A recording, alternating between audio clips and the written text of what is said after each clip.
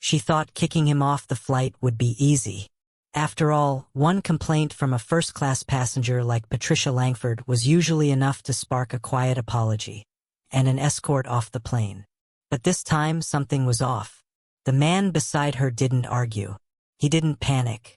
He simply reached into his coat and pulled out a badge. Not just any badge, an FBI one. The cabin went silent. The smug look faded from her face. And just like that, Patricia realized this wasn't going to end like her usual power trips. Before we go further, what would you have done if someone tried to pull this on you mid-flight? Drop your thoughts in the comments. We read everyone. Your voice matters here. And if stories like this hit you hard, tap that subscribe and let's keep these truths flying.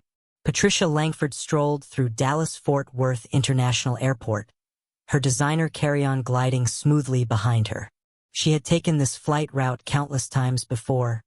Dallas to Washington, D.C., first class, the only way she ever traveled. Everything about air travel felt predictable to her. The priority boarding, the complimentary champagne, the hushed conversations between professionals. She expected comfort and exclusivity. So when she approached her row and saw a black man in a crisp navy blue suit already seated beside her, her steps faltered. He had an air of quiet confidence, his laptop open, eyes scanning the screen as if he were reviewing something important. Patricia's lips pressed together. She set her designer tote down with a little too much force and took her seat, barely masking her displeasure.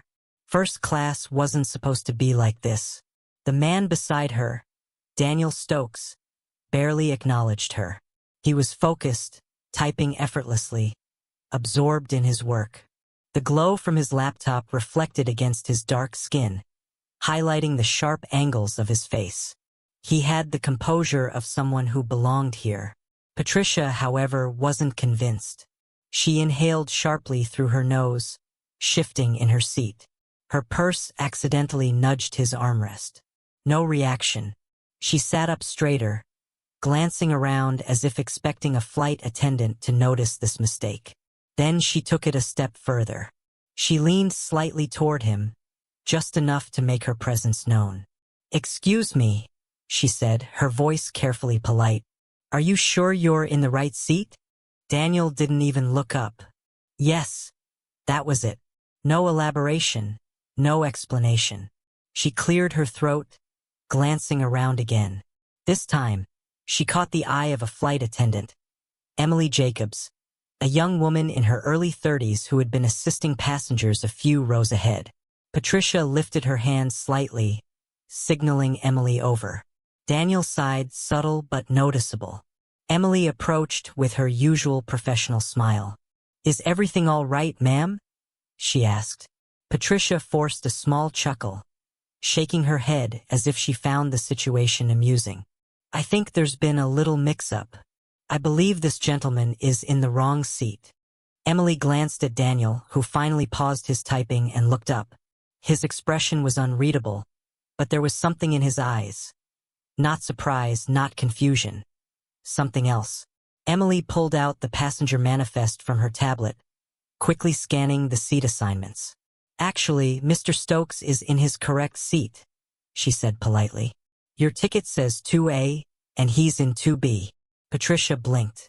Her fingers tightened around the edge of her armrest. "That's odd," she said, forcing a laugh. "Are you sure?"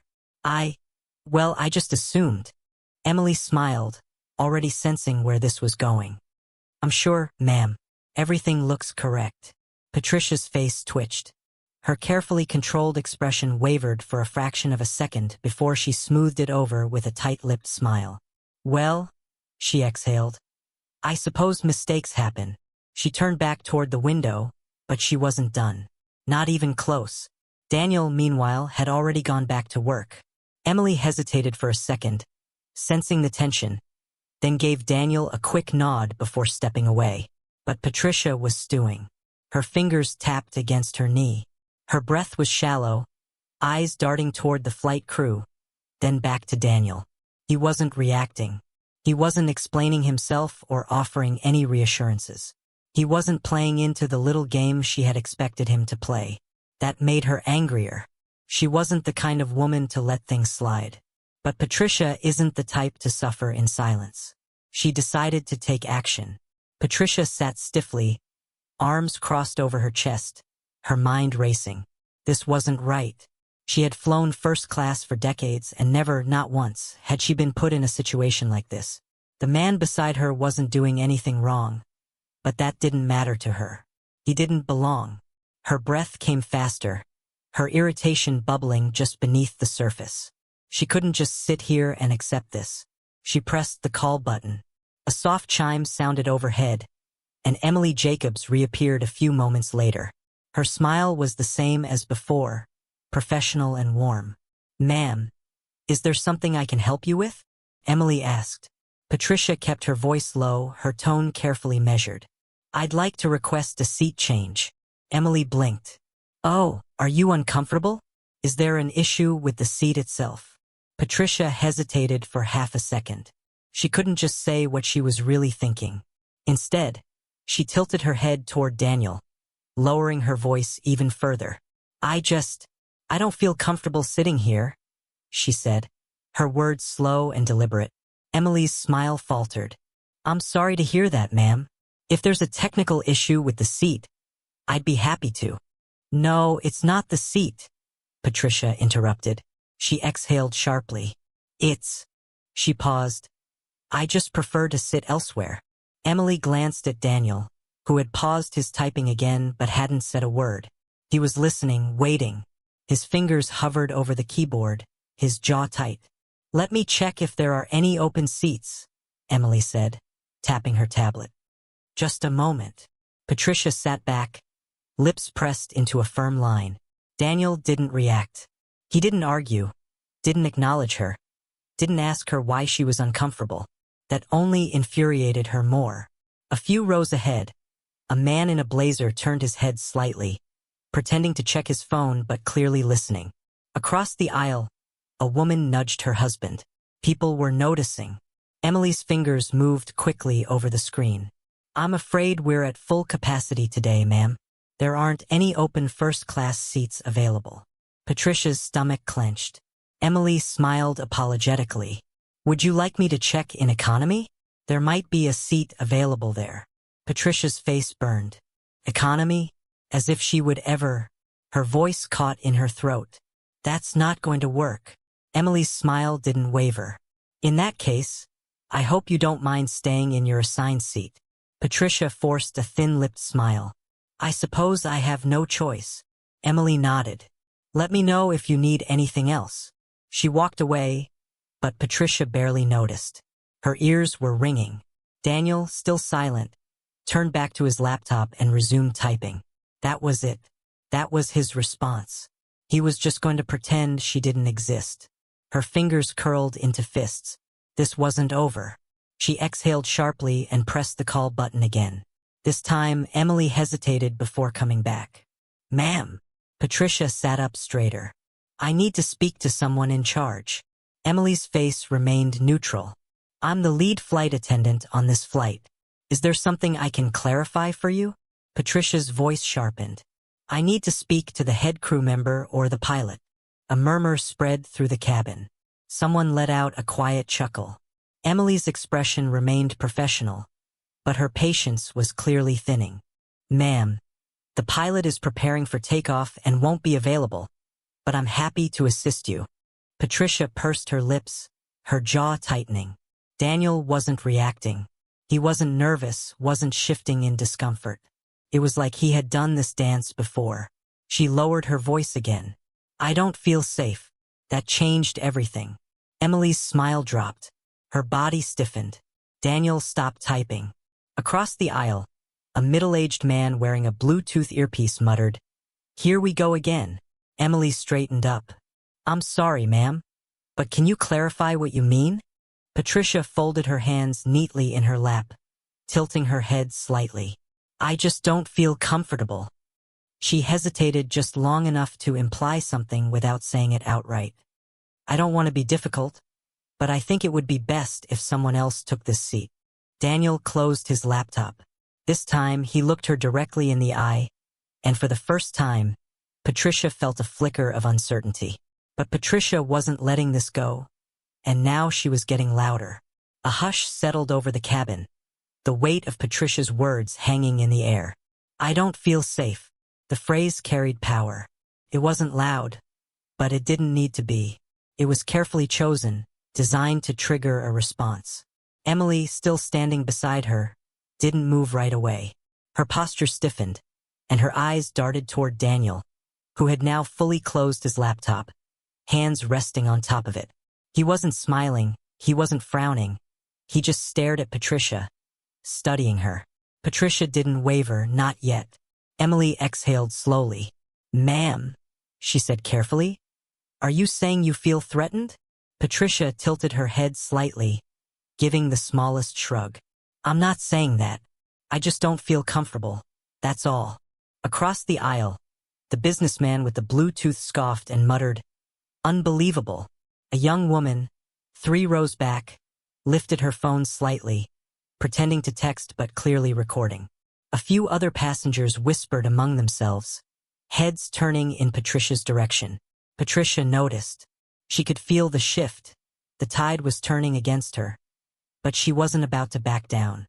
"This is a simple request," she continued, feigning politeness. "I'm just asking to be accommodated. If I'm uncomfortable, I should have the right to move seats, shouldn't I?" Emily's jaw tightened. "Ma'am, I already checked, and there are no open first-class seats available." Patricia pressed her lips together. "And coach?" Emily hesitated. "There are 2 open seats in economy." Patricia straightened. "Perfect. He can take one of them." A low ripple of murmurs spread through the cabin. Daniel inhaled deeply, his fingers drumming once on the surface of his laptop before going still. He wasn't arguing, wasn't responding, but he also wasn't moving. Emily blinked, as if replaying Patricia's words in her mind to make sure she heard correctly. "Ma'am." Her voice was lower now, firmer. "Just to clarify, you want me to move this passenger to economy because you don't want to sit next to him?" Patricia nodded once, sitting straighter. "Yes." Emily inhaled through her nose. "That won't be happening." Patricia's eyes snapped up. "Excuse me?" Emily folded her hands in front of her, her voice unwavering. "Mr. Stokes has a first-class ticket just like you. He is in his assigned seat. I cannot and will not ask him to move." Patricia's face flushed. She was losing control of the situation. Passengers were staring openly now, some whispering, some shaking their heads. The young woman with the phone was still recording. Patricia felt her stomach twist. "This is ridiculous," she hissed. "I am simply asking for the same courtesy that would be extended to anyone else who feels uncomfortable." Emily didn't budge. "You are asking me to remove a paying passenger from his assigned first-class seat and relocate him to economy for no valid reason. That is not an accommodation. That is discrimination." A sharp silence followed. Someone let out a low whistle. Daniel hadn't moved, hadn't said a word. He just watched Patricia, waiting. Patricia's pulse pounded in her ears. This wasn't how it was supposed to go. Emily squared her shoulders. "Ma'am, we are about to taxi. If you cannot remain seated and follow flight crew instructions, I will have to ask you to deplane." Patricia's stomach dropped. Emily's tone remained professional but firm. "You have 2 options. Stay in your seat quietly, or you can deplane." "But Mr. Stokes is not moving." A few passengers clapped softly. Patricia felt humiliation rise in her chest. This wasn't how things were supposed to work. She wasn't supposed to be the one getting reprimanded. She opened her mouth, ready to argue, but before she could, Daniel reached into his pocket. He pulled out a leather case, flipped it open, and held it up. And just like that, everything changed. A gold FBI badge gleamed under the cabin lights. The air in the plane shifted. Patricia's entire body went rigid. Passengers gasped, a few even chuckled. The young woman recording zoomed in immediately. Daniel's voice was calm, even unreadable. "Ma'am," he said smoothly, tilting his head. "Would you like to file an official complaint? I can take your statement right now." Patricia's breath hitched. She couldn't speak. Daniel didn't move, didn't blink. He just waited. And for the first time, Patricia felt truly trapped. But Patricia isn't just embarrassed. She's about to face real consequences. The silence in the cabin was thick, stretching uncomfortably between Patricia and Daniel. His FBI badge glinted under the overhead lights, the gold emblem unmistakable. It was the kind of thing you couldn't unsee, the kind of revelation that shifts the entire room. Passengers who had been whispering moments ago were now staring openly, some smirking, others wide-eyed. Patricia's mouth went dry. Her brain scrambled for an explanation, an excuse, a way out. This wasn't supposed to happen. The man she had tried to have removed from the plane, the man she implied was a threat, was federal law enforcement. Her throat tightened. Daniel's expression hadn't changed. He wasn't smiling or gloating. He just sat there, badge in one hand, eyes locked onto hers, waiting. His voice was steady, level, unreadable. "Would you like to file an official complaint, ma'am?" The words hung in the air like a loaded gun. Patricia's body felt frozen, heat creeping up her neck. She tried to speak, but all that came out was a faint, strangled I. Daniel tilted his head slightly. "You said you felt uncomfortable," he continued, tone polite but sharp. "That's a serious allegation on a federal flight. If you believe I've done something inappropriate, I'd be happy to take your statement." Patricia's stomach dropped. She could feel it happening, the shift. Moments ago, she had controlled the narrative. She had expected sympathy, expected someone, anyone, to take her side. But now she was the one under scrutiny. A man 2 rows ahead let out a low chuckle. "Oh, this is priceless," he muttered, shaking his head. The young woman recording zoomed in on Patricia's face. Emily, the flight attendant, stood nearby, arms crossed, her face carefully neutral. But there was something in her eyes, a silent understanding, a quiet expectation. She was waiting. Everyone was waiting. Patricia's breath came fast and shallow. She couldn't admit she had lied. She couldn't say she had made it all up just to get rid of him. But if she doubled down, if she pushed forward with her claim, she would be accusing a federal agent of being a danger on a flight. And that would come with consequences. Her hands trembled in her lap. Daniel hadn't looked away. Finally, after what felt like an eternity, Patricia shook her head. Barely a movement. "No," she croaked. "No complaint." Daniel nodded once, as if he had expected that. Slowly, he closed his badge, tucked it back into his jacket, and reopened his laptop. Just like that, it was over. At least for him. For Patricia, the nightmare was just beginning. A few passengers murmured their approval. A couple even clapped softly. The businessman across the aisle smirked and went back to his newspaper. The young woman with the phone was already typing. Patricia could feel her heart pounding. She wanted to melt into her seat, to disappear, to go back in time and undo the last 10 minutes. But there was no undoing this. She had embarrassed herself publicly. She had been exposed. And worse, people had seen it, recorded it. Her eyes darted around the cabin, searching for an ally. Someone who might offer a sympathetic look. No one did. Even Emily, the one person who had been patient with her, had lost the warmth in her expression. Patricia swallowed hard. She wanted to argue, wanted to say something to regain control, but she knew deep down there was nothing left to say. The flight wasn't even off the ground yet, and somehow she had already lost. But Patricia isn't just embarrassed. She's about to face real consequences. Patricia sat rigidly in her seat, staring straight ahead, her breathing shallow, her face burning. This wasn't just embarrassment. This was humiliation. Daniel had already moved on. He had flipped his laptop open again, fingers tapping calmly on the keyboard. It was as if she didn't exist. The rest of the cabin, however, hadn't forgotten. Across the aisle, the businessman with the Bluetooth smirked to himself. The woman recording had stopped typing, but her phone was still angled slightly upward, as if waiting for Patricia to react. Even the flight attendants, the ones who were supposed to be neutral, had a different air about them now. Emily, the lead flight attendant, stood nearby watching.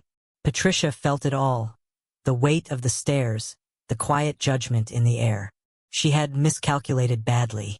Her fingers twitched in her lap, her heart hammering. This wasn't just some minor misunderstanding she could smooth over with a forced laugh and a dismissive wave. She had tried to have an FBI agent removed from his seat on camera. The implications were settling in now, heavy in her chest. Her mouth was dry. Emily finally stepped closer, her tone still polite but no longer soft. "Ma'am," she said, keeping her voice low, "I need to confirm that you are okay to remain on this flight without further disruption." Patricia stiffened. A handful of passengers glanced over, pretending not to eavesdrop but absolutely listening. She wanted to snap, wanted to demand why she was the one being treated like the problem when all she had done was express discomfort. But Daniel's badge had changed everything. She was trapped now. The power she thought she had, gone. She forced her lips into what she hoped was a calm expression. "I'm fine." Emily's gaze lingered. Then slowly she nodded.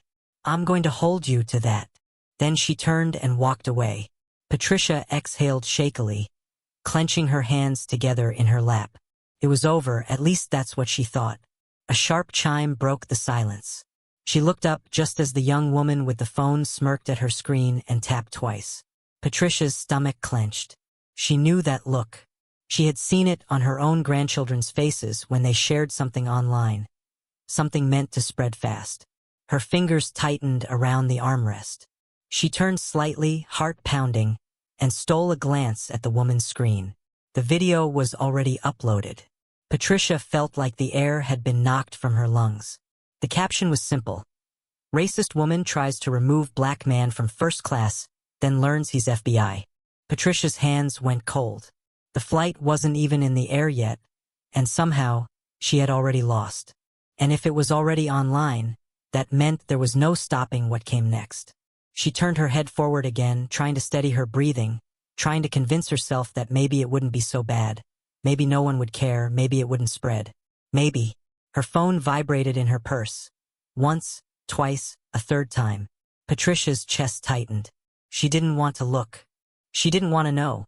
But her hands moved on their own, digging into her bag, fingers wrapping around the device. She pulled it out and her stomach dropped. Text messages from acquaintances, from family, from people she hadn't heard from in months. Each one was a variation of the same question. "Patricia, is this you? I just saw a video. Tell me this isn't real. Oh my God. What did you do?" Her heartbeat roared in her ears. She swiped open her browser with trembling hands and tapped on Twitter. Took less than a second. Her name was already trending. The video had been uploaded less than 5 minutes ago, and yet it had already been viewed over 20,000 times.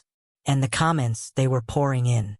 Patricia's vision blurred as she read the first few. "Karma is real. This lady really thought she could get away with it. Hope she enjoys the internet roasting she's about to get." Patricia's breath hitched. Her world wasn't just collapsing, it was burning. And for the first time, Patricia realized there was no coming back from this. But what happens after the flight lands is beyond Patricia's worst fears. Patricia gripped her phone so tightly that her knuckles turned white. The cabin noise faded into the background, drowned out by the pounding of her own pulse. She could barely breathe. The video was still spreading, the view count ticking higher every time she refreshed. 30,000 views, 42,000, 61,000. It wasn't slowing down. She blinked rapidly, her mind scrambling for an escape, a way to stop this before it was too late. But it was too late. She swiped down, reading more comments. Imagine being this entitled LMAO. She really thought she was going to get away with it. The FBI part made my whole day. Instant karma. Expose her. We need to know who she is. Her chest tightened. She glanced around the cabin as if searching for a way to reverse time. But nobody was looking at her anymore. They didn't need to. They had seen enough. She shifted in her seat, her whole body rigid. Daniel, still beside her, hadn't moved. His fingers tapped lightly on his laptop keyboard. If he was aware of the video, he didn't show it. He didn't care. And that somehow made it worse. Patricia's phone buzzed again. She flinched, then looked down. Her sister. She hesitated, then pressed the decline button with a shaky finger. She wasn't ready for that conversation. She wasn't ready for any of this. The plane had barely even taken off, and yet her world was already collapsing around her. She exhaled sharply, forcing herself to stay calm. She needed a plan, a way to fix this. She could apologize. Maybe that would help. No, that would only fuel the fire. She could ignore it, pretend she hadn't seen the video. No, that was worse. Her mind raced, her thoughts colliding, spiraling. And then the pilot's voice came over the intercom. "Ladies and gentlemen, we are beginning our descent into Washington, D.C. The local time is 5:43 p.m. Please ensure your seatbelts are fastened as we prepare for landing." Patricia's heart dropped. Landing. She had been so focused on the chaos inside the plane that she had forgotten what was waiting for her outside of it. She refreshed the video one last time, 97,000 views. Her name was trending. Her hands shook as she stuffed her phone back into her bag, trying to convince herself that she could still get ahead of this. That maybe, just maybe, it wouldn't be as bad as she thought. But Patricia still hopes the storm will pass, until she turns on the news. Patricia practically bolted off the plane the second the doors opened. She ignored the side glances, the quiet chuckles, the unspoken judgment hanging in the air. She just needed to get out. But as she hurried into Reagan National Airport, her pulse skipped at what she saw waiting near baggage claim. A cluster of reporters. Not a huge crowd, not yet, but enough. A woman in a navy blazer held a microphone near her lips, reading from her phone as a cameraman filmed her. The now viral video shows an unidentified woman attempting to have an FBI agent removed from first class, citing discomfort. The clip has gained over 1 million views in just a few hours. Patricia stopped breathing. 1 million. That was impossible. She turned her head quickly, praying they hadn't seen her. But one of the reporters locked eyes with her. The woman's face lit up. "Wait, wait, that's her." Patricia spun on her heel, panic spiking in her chest. She could not be seen like this. She moved fast, her heels clicking sharply against the tile floor. She needed to get to the exit now. But her phone buzzed violently in her purse. Texts, missed calls, alerts. She couldn't outrun it. She shoved past a group of travelers, her breath short, her hands clammy. She barely made it to the curb before her name was shouted behind her. "Miss Langford, do you have a response to the video?" She winced. She hadn't even realized her name had been released yet. A taxi slowed near the curb, and she nearly threw herself into the back seat. "Go!" she snapped at the driver. "Now." He raised an eyebrow but pulled away from the curb without a word. Patricia pressed her hands to her temples, eyes squeezed shut. 1 million views. Her stomach churned. She had built her whole life on careful reputation management. A good image, a respected name, and in a single afternoon it was gone. Her phone vibrated again. This time it was a number she didn't recognize. She stared at it, heart hammering. Then just before it went to voicemail, she swiped to answer. "Hello." A brief silence, then a clipped voice. "Miss Langford, this is James Rollins, chair of the Marston Foundation. I assume you're aware of the situation." Patricia's mouth went dry. She had been on the Marston Foundation board for years, a charity that prided itself on its progressive image, inclusivity, and ethical leadership. And she already knew what this call was about. She swallowed, feeling the weight of it already. "James, we're going to need you to step down," he interrupted immediately. Patricia stared blankly ahead. It wasn't a request. It was an order. Her pulse drummed in her ears. But this is being taken out of context. "The board disagrees." His voice was flat, final. "We'll issue a public statement by morning. We expect your resignation by then." A sharp beep. He had hung up. Patricia lowered the phone slowly. Her career was over. Her reputation was gone. And the worst part? No one cared about her explanation. They had seen the video, and the video was enough. She let out a shaky breath, feeling that this wasn't something she could control. This was something she had done to herself, and now she had to live with it. Meanwhile, Daniel Stokes hadn't even spared her another thought. By now, he was probably in a meeting, completely unbothered, his life untouched. Because for him, this had been just another Tuesday, just another simple day, while her world was collapsing around her. So, the woman who tried to weaponize prejudice ended up being schooled by the very system she thought she could manipulate. What would you have done if you were him? Drop your thoughts in the comments, we read every one. And if stories like this shake you up, inspire you, or make you think twice, go ahead and hit that subscribe button. We've got more eye-opening stories coming your way.